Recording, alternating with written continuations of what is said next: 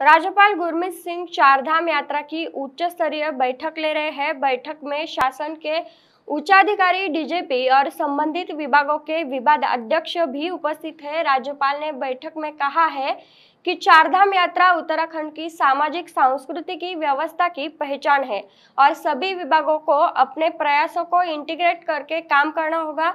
श्रद्धालुओं की सुविधा और सुरक्षा का ध्यान रखना होगा। चारधाम यात्रा में टेक्नोलॉजी का प्रयोग करें, वैल्यू एडिशन करें। स्थानीय नागरिक चारधाम यात्रा का अभिन्न अंग है, उनकी भागीदारी के बिना ये यात्रा संभव नहीं है। होटल वाले, गाड़ी वाले, दुकान वाले सभी इस यात्रा के महत्वपूर्ण भागीदार हैं। सबकी सुविधाओं का ध्यान रखें। उन्होंने आगे कहा कि टूरिज्म शब्द में और यानी कि हमारा शब्द भी छुपा है, इसी पर ध्यान दें। ये 9 से 5 की ड्यूटी नहीं, पूर्ण समर्पण चाहिए। आपदाओं के लिए तैयार रहे। आज राजभवन देहरादून के अंदर में एक मीटिंग की गई, जिसके अंदर में चारधाम की तैयारियों की समीक्षा की गई। चारधाम की यात्रा के लिए बहुत बारीकी से प्लानिंग की गई है।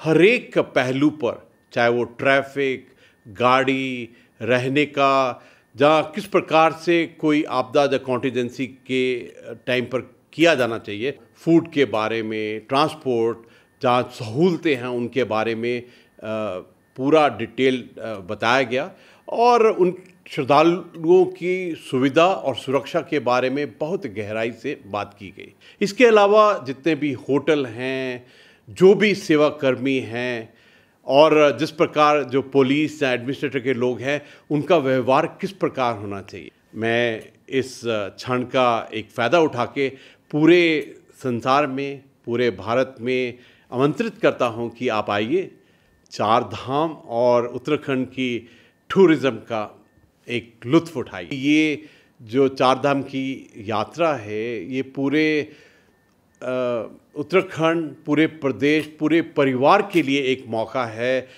इस पर्व में और इस यात्रा में हिस्सा लेने का। जो सेल्फ हेल्प ग्रुप हैं, जो लोकल प्रोड्यूस हैं, उनको किस प्रकार से मार्केट किया जाए।